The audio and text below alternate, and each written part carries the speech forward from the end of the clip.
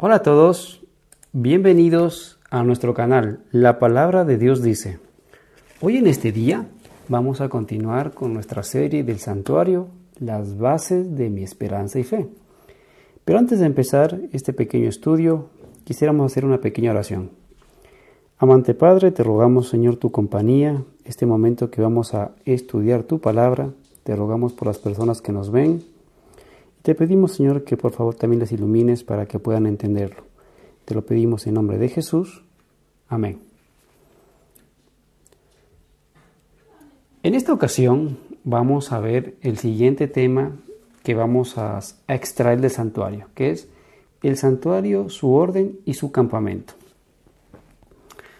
Una de las cosas que tenía el santuario es que Dios mandó, es decir, Jehová mandó a través de Moisés que todo estuviera en un orden específico. Las cosas no se colocaban como a ellos les parecía, sino que había directrices de parte de Dios. Vamos a poner un poquito aquí el puntero y entonces encontramos que había direcciones al occidente, había al norte, al oriente y al sur. Es decir, que en cada dirección tenían que colocarse las tribus. Aquí encontramos a Zabulón, Judá y Isaacar, al oriente. Al sur encontramos a Gad, Rubén y Simeón. Al occidente encontramos a Manasés, Efraín y Benjamín. Y al norte encontramos a Neftalí, Dan y Aser. En el centro tenemos el tabernáculo. Y si tú te das cuenta, el tabernáculo tiene una forma. Obviamente, si vamos a borrar un poquito para que tú lo puedas visualizar mejor. Si quitamos un poquito esto, vamos a darnos cuenta que el santuario y su orden tiene la forma de una cruz. ¿Vale?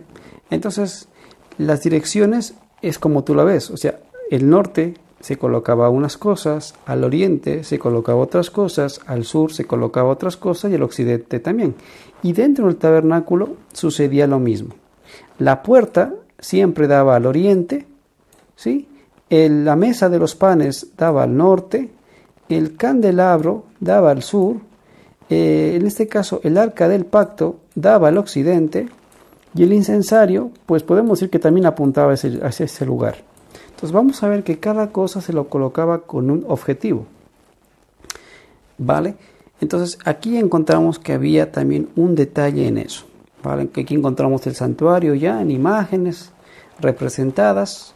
Por ejemplo, por la mañana había la columna de nube y por la noche la columna de fuego. Es decir que ni frío ni calor padecía el pueblo de Israel. Y tenía en medio de ellos pues al santuario, que es la presencia misma de Dios. ¿Vale? Aquí les encontramos también, cada uno tenía su banderita, como habíamos visto hace ratico. Cada uno tenía su bandera, obviamente una distinción por colores. Y aquí encontramos lo mismo que habíamos hablado. Encontramos aquí, por ejemplo, el lugar santísimo, ¿sí? Todo esto viene a ser el atrio. Aquí encontramos la mesa de los panes, el candelero, el incensario, la puerta de entrada del lugar santo, el lavacro y el altar de sacrificios. O sea, todo tenía un sentido, o sea, las directrices las colocó Dios. Eso es importante, que la distribución fue de acuerdo a lo que Dios pedía.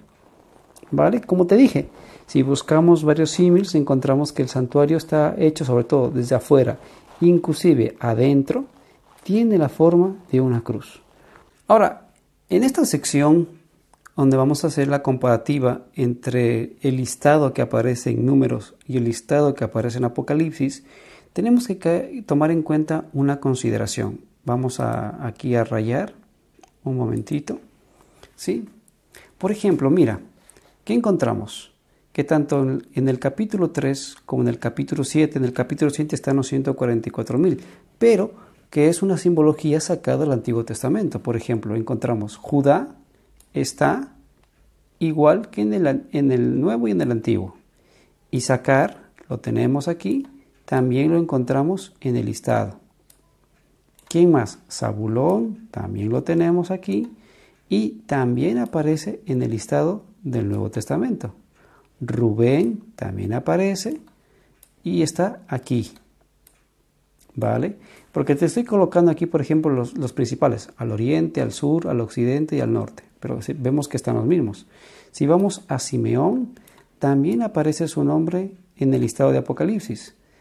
Gad también aparece en el listado de Apocalipsis. Si vamos a Efraín, nos damos cuenta que Efraín no aparece, ¿vale? Efraín no está, entonces vamos a tacharlo, Efraín no está. Manasés sí aparece y lo aparece también en Apocalipsis. Benjamín está aquí en el listado de números y también aparece en el listado de Apocalipsis. Dan está aquí en el listado de números, pero si tú revisas el listado de Apocalipsis, Dan tampoco está. Es decir, que 2 tribus de momento no están. Aser la encontramos aquí en el antiguo y la encontramos aquí en el nuevo, ¿vale? Neptalí está aquí y también aparece acá. Es decir, que tanto Dan como, en este caso, Efraín, no están. Ahora, ¿por cuáles son reemplazados estas tribus? Pues son reemplazadas, uno, por Leví y por José. ¿Vale? Entonces, vamos a borrar de nuevo para que todo esto quede un poquito más claro. Tiki, tiki, tiki, tiki. Ya está. Entonces, volvemos a retomar. En este detalle, la tribu de Efraín y la tribu de Dan no está. Ahora, ¿quiénes son las que no quedaron sin marcar? La tribu de Leví son las que se van a unir y la de José también es la que va a entrar aquí. Entonces, aquí encontramos que en el listado de Apocalipsis se sustituye a 2 tribus. Es decir, que el listado varía del capítulo número 3 de Números al capítulo número 7 de Apocalipsis, hay una variación. Ahora la pregunta sería, ¿y por qué sucedió eso? Dado que, por ejemplo, aquí, cuando leemos el Antiguo Testamento, cada uno tenía su sitio. Dan estaba al norte, Efraín al occidente, Rubén al sur, Judá al oriente, porque habían las cabezas de familia. Pero cuando vamos en Apocalipsis, esas dos tribus desaparecen. Ahora, si investigamos un poquito en la Escritura, ¿qué es lo que ha sucedido? Vamos a observar un detalle.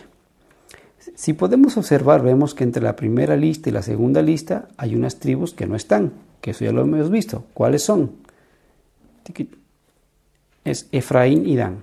Tomando en cuenta que la última lista es la principal, porque ésta decide mi lugar en la patria celestial, ¿sí? Debemos analizar qué sucedió con estas tribus para que perdieran ese derecho y fueran cambiados por otras. Entonces, ¿por qué perdió su sitio Dan y Efraín y es sustituido por Leví y José? Ahora, este detalle es muy importante porque hay un concepto en el mundo cristiano de que si uno es salvo para siempre. Pero la Biblia me muestra a través de esta simple comparativa de que si yo no me mantengo firme en los principios, otro puede tomar mi lugar. Yo puedo perder mi lugar que Dios me dio. Pero no porque Dios me haya echado, sino por mi vida desordenada. Vamos a ver, por ejemplo, entonces el concepto de salvo una vez, salvo para siempre, se cae aquí porque después de la salvación viene la siguiente parte de la vida cristiana, que es la santificación. Y aunque uno sea salvo por la fe, la santificación es el fruto de esa fe. Pero si luego mi santificación es antagonista a mi fe, pues es absurdo que Dios me salve si yo vivo una vida desordenada, ¿vale? Porque la Biblia es coherente. Vamos a ver, por ejemplo, qué ha sucedido con Efraín. Efraín era fructífero, fue bendecido y se le dio un lugar. Génesis 48:20 dice, y los bendijo aquel día diciendo, en ti bendiciré Israel, diciendo, hágate Dios como a Efraín y como a Manasés, y puso Efraín antes de Manasés. Entonces aquí encontramos que Efraín desde el comienzo fue bendecido. O sea, no es que Dios tuvo un trato desprivilegiado, no, Efraín recibió bendición. Mira lo que dice en Números 2:18. La bandera del campamento de Efraín por sus ejércitos al occidente y el jefe de los hijos de Efraín, Elisama, hijo de Amiud. Es decir, tenía un estatus, era el principal que llevaba la bandera. Números 2:24, todos los contados en el campamento de Efraín, 180,000. 100. por sus ejércitos irán los terceros. O sea, estos tenían un lugar, eran parte del pueblo de Dios, ¿sí? Eran personas que se habían bendecido, o sea, tenían lugar y tenía bendición. O sea, que no era que estaban ya denostados desde el principio o tenían alguna maldición. No, vamos a ver otro detalle. Porque Efraín también recibe parte y fortaleza. Josué 14, 4, 45. Dice, porque los hijos de José fueron 2 tribus, Manasés y Efraín, y no dieron parte a los levitas en la tierra, sino ciudades en que morasen con los ejidos de ellas para sus ganados y rebaños. De la manera que Jehová lo había mandado a Moisés, así lo hicieron los hijos de Israel en el repartimiento de la tierra. Entonces, Efraín también tuvo su lugar en la tierra prometida. El Salmo 67 dice, mío es Galaad y mío es Manasés, y Efraín es la fortaleza de mi cabeza. Judá es mi legislador. Uy, nos ha saltado aquí, vamos a cortar un poquitico. No sé qué ha pasado aquí. Vale. Entonces, aquí nos habla de que Efraín era, ¿qué dice aquí?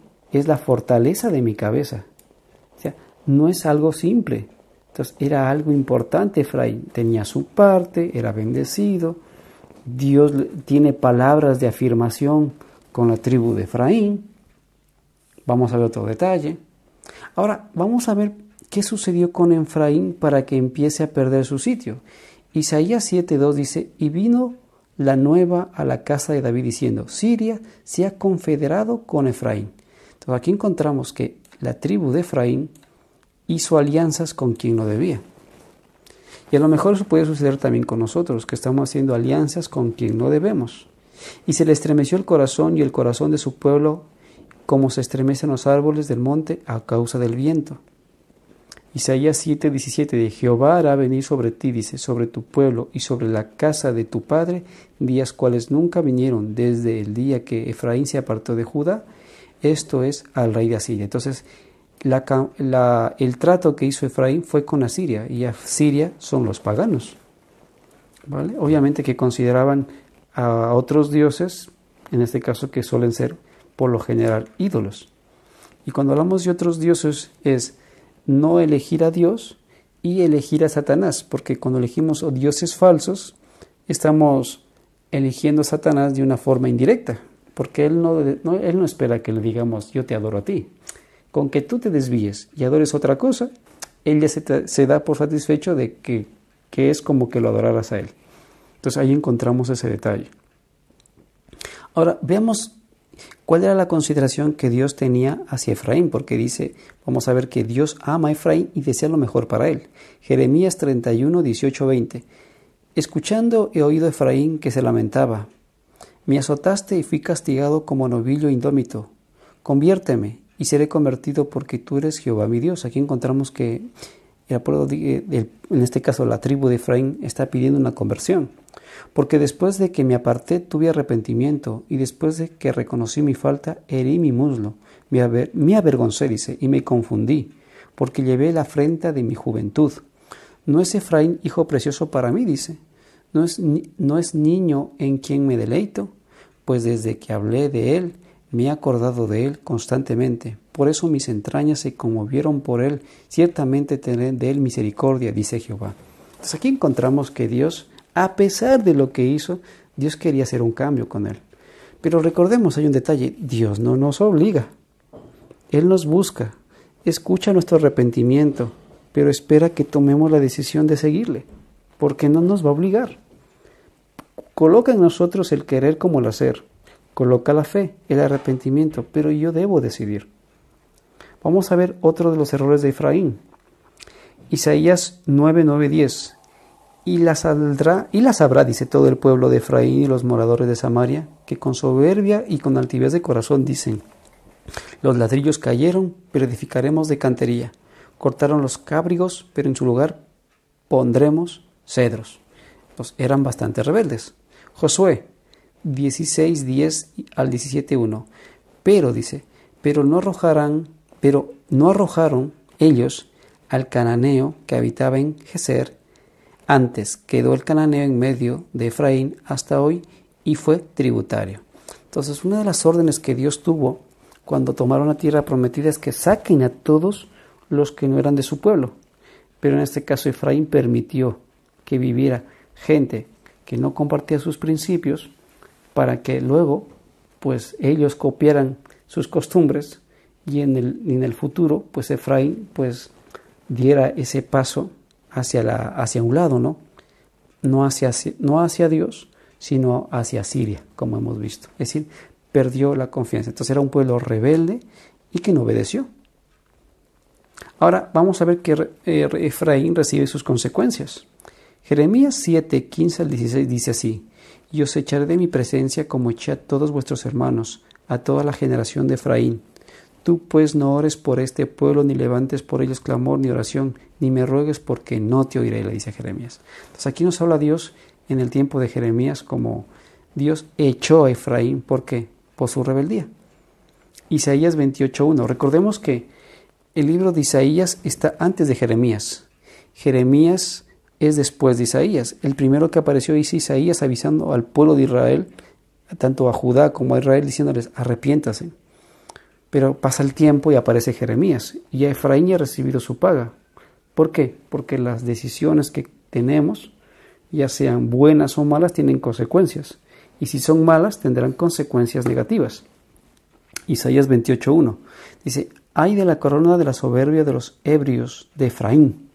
Aquí nos habla de soberbia de los ebrios, y de la flor caduca de la hermosura de su gloria. Eso es de que habla de Efraín, que está sobre la cabeza del valle fértil de los aturdidos del vino. Y aquí Jehová tiene uno que es fuerte y poderoso, como turbión de granizo y como torbellino, trastornador, como ímpetu de recias aguas que inundan, con fuerza derriba a tierra, con los pies será pisoteada la corona de soberbia de los ebrios de Efraín, y será la flor caduca de la hermosura de su gloria que está sobre la cabeza. Entonces, es decir, que aquí nos está mostrando que Efraín, pues obviamente, iba a recibir la consecuencia. Ahora, Oseas, otro libro que viene después de Isaías y de Jeremías, Oseas 4, 17 y 19 dice: Efraín es dado a los ídolos, dice, déjalo. Entonces, ¿cuál es el problema de Efraín? Que es idólatra. Y podemos, si miramos hacia atrás en el tiempo de Josué, no sacaron a aquellos que estaban viviendo con ellos, que eran también idólatras. Entonces, cuando tú andas con gente que anda en malos pasos, al final, si no sabes tú cuidarte, al final tú aprendes eso. ¿Por qué? Porque nuestro cerebro tiene lo que es las células, las neuronas espejo. Copiamos lo de otro, lo bueno y lo malo. Dice: Efraín es dado a los ídolos, déjalo. Su bebida se corrompió, fornicaron sin cesar. Sus príncipes amaron lo que avergüenza. El viento los ató en sus alas y de sus sacrificios serán avergonzados. Oseas 5:3 dice: yo conozco a Efraín, e Israel no me es desconocido, porque ahora, oh Efraín, te has prostituido y se ha contaminado Israel. Entonces aquí encontramos estos detalles de, por ejemplo, que Efraín se ha prostituido y que aparte es dado ¿a qué? A los ídolos. Ese era su problema. Entonces, ahora ya podemos entender por qué en el Nuevo Testamento esta tribu no aparece. ¿Sí? Entonces, hay un porqué. Oseas 7, 8, 16 dice: Efraín se ha mezclado con los demás pueblos. Efraín fue torta no volteada. Es decir, cuando una torta no se voltea, se quema.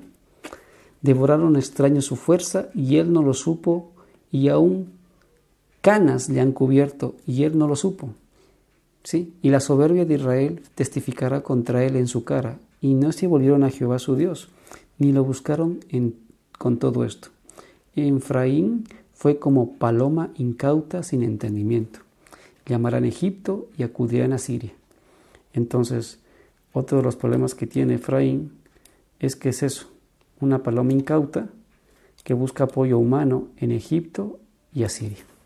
Ahora, si le sacamos alguna simbología con nosotros, pues nosotros no estamos no podemos evitar no caer en esas cosas si no cuidamos nuestra relación con Dios, de que empecemos a confiar en el poder humano, en Egipto y Asiria. Y es ser incautos de pensar de que con el estilo de vida que yo tengo, cristiano, de simplemente asistir y hasta el próximo domingo, o hasta el próximo sábado, o hasta el próximo miércoles, según sea la reunión, pues con eso no me alcanza. No me alcanza para tener una vida espiritual de verdad. Y añade, cuando fueren, tenderán sobre ellos mi red. Les haré caer como aves del cielo. Les castigaré conforme a lo que se ha anunciado en sus congregaciones. Aquí nos muestra. Y añade, ay de ellos porque se apartaron de mi destrucción, vendrá sobre ellos porque contra mí se rebelaron, y yo los redimí, y ellos hablaron mentiras contra mí. Entonces, no le podemos engañar a Dios, ¿saben, mis amigos? Entonces, eso encontramos también. En Oseas 8, 9 al 12 encontramos lo mismo que ves en esta imagen. Una pareja haciendo, ¿cómo se llama? En este caso, traición, ¿no? La chica siendo traicionada por su amiga. Oseas 8, 9 al 12 dice, porque ellos subieron a Siria, asno montés, para sí solo, Efraín con salario alquiló amantes. Aunque alquiles entre las naciones, ahora las juntaré y serán afligidos un poco de tiempo por la carga del rey y de los príncipes, porque multiplicó Efraín altares para pecar, tuvo altares para pecar, le escribí las grandezas de mi ley y fueron teñidas por cosa extraña.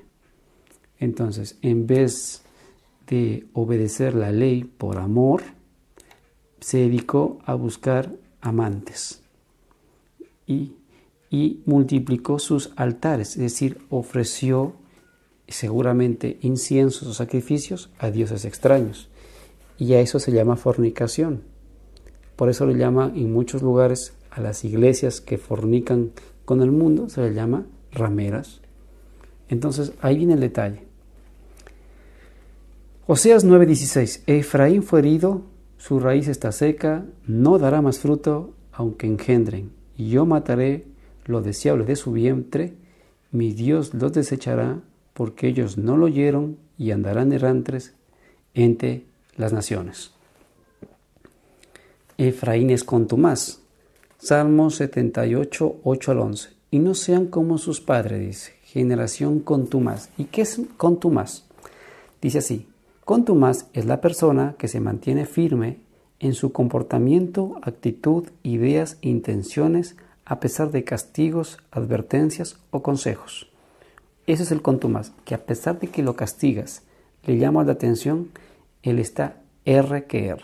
A lo mejor tus hijos son así o las personas que te rodean son así. Entonces lo que están mostrando que son rebeldes, contumaz. ¿Sí? Y la Biblia dice, no seas como tus padres, generación contumaz. Así que les hablé y no hacen caso. Y rebelde, generación que no dispuso su corazón, ni fue fiel para con su Dios, su espíritu, ni fue fiel para Dios, con Dios su espíritu. Los hijos de Efraín, arqueros armados, volvieron las espaldas en el día de la batalla, no guardaron el pacto de Dios, ni quisieron andar en su ley, volvieron así, sino que se olvidaron de sus obras y de sus maravillas que les había mostrado. Entonces aquí encontramos que no hicieron caso al pacto. ¿Y cuál es el pacto? Bueno, eso sería bueno hablar en otro tema. En este caso, cuando se refiere siempre al pacto, se refiere al hecho de que va a venir un día el Mesías. Y fruto de esa esperanza de esperar al Mesías, hay un pacto que es el pacto de la misericordia, el pacto de Dios, donde Dios transforma el corazón del hombre para que obedezca la ley. Sí, por eso, porque el hombre no puede obedecer en sus fuerzas la ley de Dios, sino que tiene que rogarle al Padre Celestial, al Espíritu Santo y a Jesús, para que Él cambie su corazón, el corazón de piedra por uno de carne, para que podamos obedecer.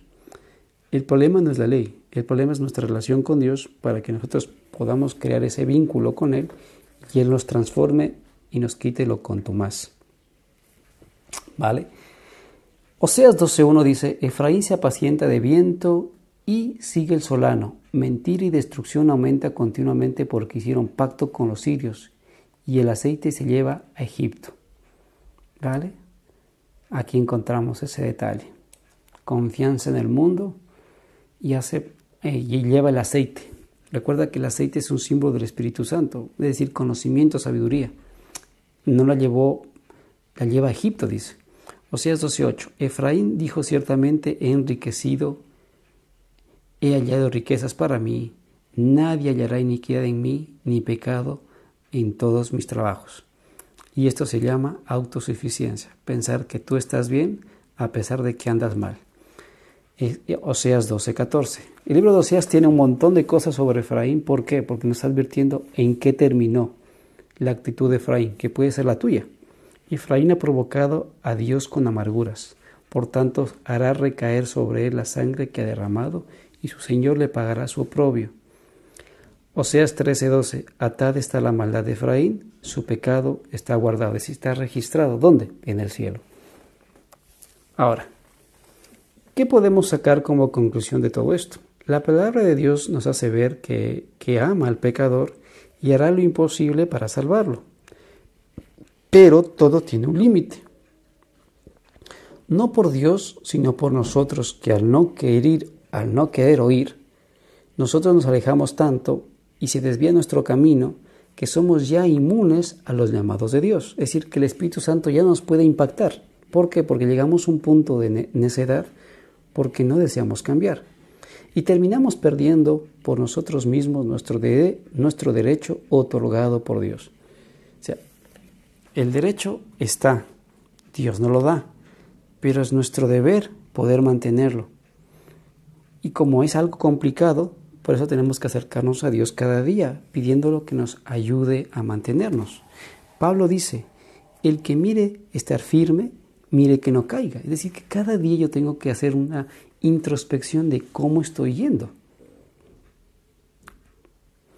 Y a veces nos preguntamos, ¿pero Dios no es eterno y soberano que puede hacer todo? O sea, ¿por qué no puede cambiar el corazón de esa persona si al final la quiere salvar?